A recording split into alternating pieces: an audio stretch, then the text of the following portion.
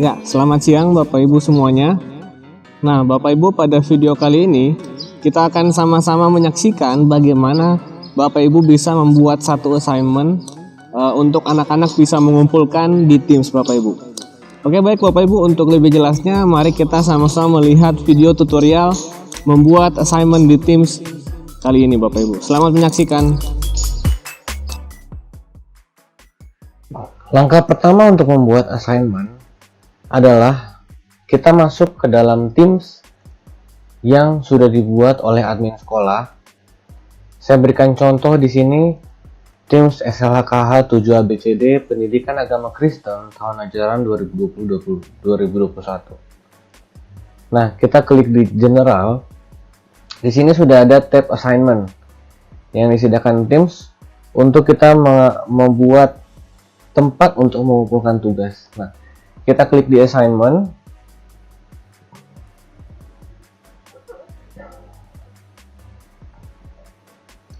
Nah, di sini masih kosong untuk assignmentnya karena belum ada tugas yang pernah dibuat oleh guru tersebut, guru pendidikan agama Kristen. Pertama kita akan klik create. Nah, di sini ada 3 pilihan ya, ada assignment, quiz, dan form existing. Jadi assignment itu untuk pembuatan tugas, quiz itu untuk pembuatan quiz atau tes, dan form existing artinya assignment sudah pernah dibuat. Nah, tetapi karena di sini belum ada assignment sama sekali, maka kita klik assignment. Nah, di sini kita akan membuat tugas untuk pertama kali.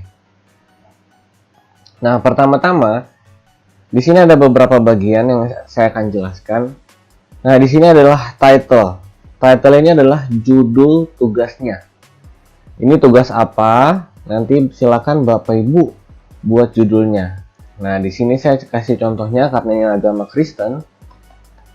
Saya kasih contohnya formatif 1. Nah, formatif 1 itu memahami pengertian pengampunan. Contohnya. Nah, ini adalah judul tugasnya. Jadi memahami pengertian tentang pengampunan. Nah, di sini kita bisa kasih kategorinya, misalnya kategorinya ini pengampunan. Nah, sudah ada tagnya di sini Bapak Ibu. Nah, kita buat instruksi tugasnya. Instruksi tugasnya, kumpulkanlah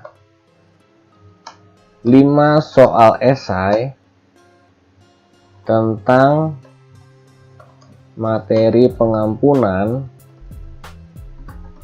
dalam bentuk file Microsoft Word. Nah, jadi ini ada 5 soal esai tentang pengampunan dalam bentuk file Microsoft Word. Nah, ini adalah detail tugasnya Bapak Ibu. Bapak Ibu bisa klik, bisa buat detailnya. Kalau Bapak Ibu mau kasih bold atau tebal juga bisa. Silakan Bapak Ibu bisa variasikan, atau Bapak Ibu mau kasih highlighter, kasih stabilo. Nah, silakan Bapak Ibu bisa variasikan di sini. Bapak Ibu juga bisa memberikan link. Kalau Bapak Ibu mau kasih referensi ke anak-anak bisa juga di sini. Nah, atau Bapak Ibu ada resourcesnya, ada referensi untuk anak-anak bisa lihat. Nah, Bapak Ibu bisa tambahkan resourcesnya. Nah, Bapak Ibu bisa pilih filenya, misalnya ada modul siswa dan sebagainya. Nah, tapi kita tidak akan menggunakan ini Bapak Ibu. Nah, ini untuk contoh yang sederhana saja. Nah, ini adalah poin di sini adalah total poin yang bisa anak-anak capai. Nah, di sini contohnya 100. Jadi nilai maksimal yang anak-anak bisa capai itu 100. Nah, kalau Bapak Ibu mau lampirkan rubriknya juga supaya anak-anak tahu penilaiannya, boleh Bapak Ibu. Nah, di sini Bapak Ibu bisa bikin rubrik baru ya, atau Bapak Ibu mau upload rubrik yang sudah ada. Nah, kalau Bapak Ibu mau upload rubrik baru, silakan Bapak Ibu rubrik penilaian formatif 1. Nah, ini Bapak Ibu bisa kasih masuk judulnya, deskripsinya tentang apa, tugasnya, apa rubriknya. Nah, ini ada range nilainya Bapak Ibu, sama seperti range kita di Kampung Harapan. Jadi ada excellent, good, fair, sama poor. Jadi untuk fair ini kalau di kita sudah masuk KKM ya Bapak Ibu. Kalau pur yang di bawah KKM. Nah, di sini kita bisa masukkan deskripsinya Bapak Ibu. Kriterianya. Misalnya kriterianya adalah menuliskan semua jawaban dengan benar. Nah, misalnya excellent menjawab 5 pertanyaan dengan benar. Kalau good berarti misalnya hanya menjawab 4 pertanyaan. Kalau fair 3 pertanyaan. Nah, pur ini berarti dia tidak jawab sama sekali sampai 2 pertanyaan saja. Nah, jadi ini penilaiannya, rentang penilaian dari pur hingga excellent. Bapak Ibu guru lihat dari jumlah soal yang dijawab. Nah, contohnya seperti ini Bapak Ibu. Nah, kalau mau pakai poin juga bisa Bapak Ibu ya. Ini sudah ada poin-poinnya. Nah, silakan Bapak Ibu tinggal klik attach. Nah, ini kalau Bapak Ibu mau ada rubrik juga di dalamnya. Nah, lalu kita pilih assign-nya kemana? Karena saya ingin assign atau saya ingin tugaskan ke siswa kelas 7 ABCD, maka saya akan assign ke channel ini Bapak Ibu, ke Teams 7 ABCD Pendidikan Agama Kristen tahun ajaran 2020-2021. Nah, ini saya pastinya assign ke semua siswa yang ada di tim ini. Nah, saya akan tetapkan due date-nya. Jadi di tim sini ada tenggat waktunya Bapak Ibu. Nah, due date-nya saya akan bikin Jumat depan. Karena hari ini tanggal 23, saya akan bikin Jumat depan. Jamnya jam 12 malam. Jadi, saya akan kasih kesempatan anak-anak untuk bisa upload hingga malam hari. Nah, jika sudah selesai, silakan Bapak Ibu klik save. Nah, tetapi setelah Bapak Ibu klik save, maka tugasnya belum muncul di Teams-nya anak-anak. Nah, yang perlu Bapak Ibu lakukan, Bapak Ibu silakan klik di draft sini. Bapak Ibu klik di formatifnya, Bapak Ibu harus assign dulu. Nah, supaya tugasnya dapat dilihat anak-anak, silakan Bapak Ibu klik assign.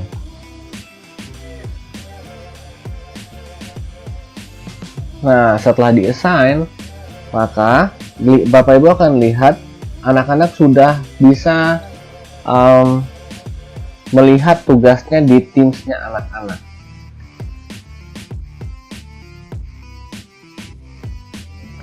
Nah, Bapak Ibu, setelah Bapak Ibu mengassign sebuah tugas, maka tugasnya akan tampil di notifnya anak-anak. Nah, di sini kalau Bapak Ibu lihat, di sini sudah tampil assignment mention SLHKH 7 ABCD Pendidikan Agama Kristen, dan sudah ditampilkan juga untuk due date-nya. Itu semua sudah dijelaskan. Jadi nanti anak-anak tinggal klik di assignment-nya, mereka bisa kumpul tugas dari sini.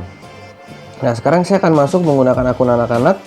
Silakan Bapak Ibu bisa perhatikan. Nah, ini adalah tampilan untuk assignment yang muncul di Teams-nya siswa. Jadi siswa bisa melihat judul assignment-nya dan juga tenggat waktu pengumpulannya. Nah, contohnya di sini kalau mereka ingin melihat assignment-nya, bisa diklik di view assignment. Nah, tetapi nanti untuk assignment ini nanti akan lebih lengkap di video tersendiri khusus bagi siswa. Jadi saat ini kita hanya fokus untuk bagaimana Bapak Ibu bisa membuat assignment di Teams. Bapak Ibu, kita akan lihat ada beberapa tipe dari formatif tersebut. Nah, contohnya di sini Bapak Ibu. Nah, ketika kita sudah membuat assignment, nanti kita bisa melihat siapa saja siswa yang sudah melihat tugas kita dan siapa yang sudah mengumpulkan. Nah, contohnya di formatif 1, memahami pengampunan. Nah, di sini tugasnya sudah dilihat oleh Widya. Nah, tetapi belum dikumpulkan Bapak Ibu. Nanti kalau dikumpulkan sudah ada tulisannya sudah dikumpulkan. Nah, di sini juga Yakobus Peter Lobby sudah melihat tugas formatifnya. Nah, mungkin di sini Bapak Ibu bertanya-tanya, kenapa ada siswa yang tidak masuk dalam assignment tersebut? Nah,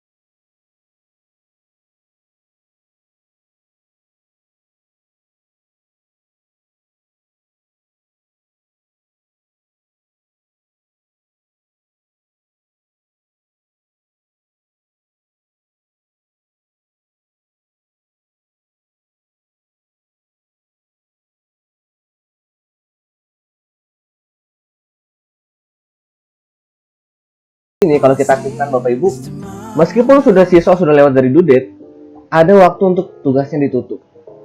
Nah, ini kan target pengumpulannya, tapi seandainya saya masih kasih tenggat 1 minggu lagi supaya anak-anak bisa mengumpulkan sampai 6 November. Nah, kenapa sampai 6 November? Karena lewat dari 6 November tugasnya sama sekali tidak dikumpulkan. Nah, ini kita mengantisipasi Bapak Ibu kalau anak-anak ada masalah jaringan atau saat waktu mau dikumpulkan belum ada uang untuk beli pulsa data. Nah, kita bisa mengaktifkan namanya fitur close date. Jadi tugasnya masih bisa dikumpulkan dan nanti tanggal 6 November itu sama sekali tugasnya sudah tidak bisa dikumpulkan. Nah, kita klik done. Nah, jadi ada due date-nya, ada jamnya. Dan assignment will post immediately with late turn-ins allowed until November 6. Jadi sampai November 6 atau 6 November siswa masih bisa mengumpulkan tugasnya. Dan setelah lewat dari tanggal 6 November untuk tugas tersebut sudah ditutup. Nah, jadi guru juga masih punya waktu 1 minggu untuk mengingatkan siswa mengumpulkan tugas. Oke Bapak Ibu, setelah itu kita klik assign dan nanti tugasnya sudah di-assign. Nah, makanya nanti di kolom grades kita bisa lihat sudah ada 3 tugas. Nah, cara membedakan siswa yang satu sudah mendapatkan tugas dengan siswa yang lain atau belum, Bapak Ibu lihat. Kalau Bapak Ibu perhatikan baik-baik, di sini warnanya ada yang berbeda. Ada yang warna putih, ada yang warna abu-abu. Nah, ini Bapak Ibu ya. Nah, warna putih ini artinya tugasnya sudah di-assign ke siswa. Nah, kita lihat di sini.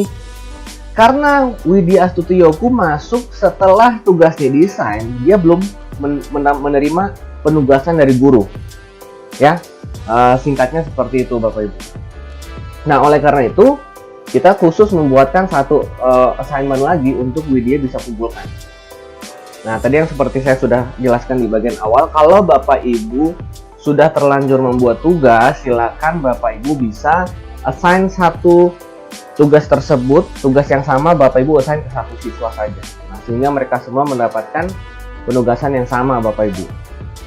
Nah, di sini yang pertama, lalu ada sampai yang terakhir. Nah, Widya pun mendapatkan tugas yang sama. Ya, karena dia terlambat masuk, terlambat mengaktifkan Teams, tapi masih bisa untuk mengumpulkan tugasnya. Baik Bapak Ibu, demikianlah tutorial Teams untuk membuat assignment di Teams. Jika Bapak Ibu Guru punya pertanyaan, silakan boleh komen langsung di bagian bawah, atau Bapak Ibu Guru bisa langsung menghubungi saya secara pribadi melalui nomor WA atau nomor bisa melalui SMS. Silakan Bapak Ibu. Oke, baik Bapak Ibu, terima kasih sudah mengikuti tutorial ini dari awal sampai akhir. Tuhan Yesus memberkati. Selamat melayani Bapak Ibu. Live in your holy mountain, the one who walks uprightly and works in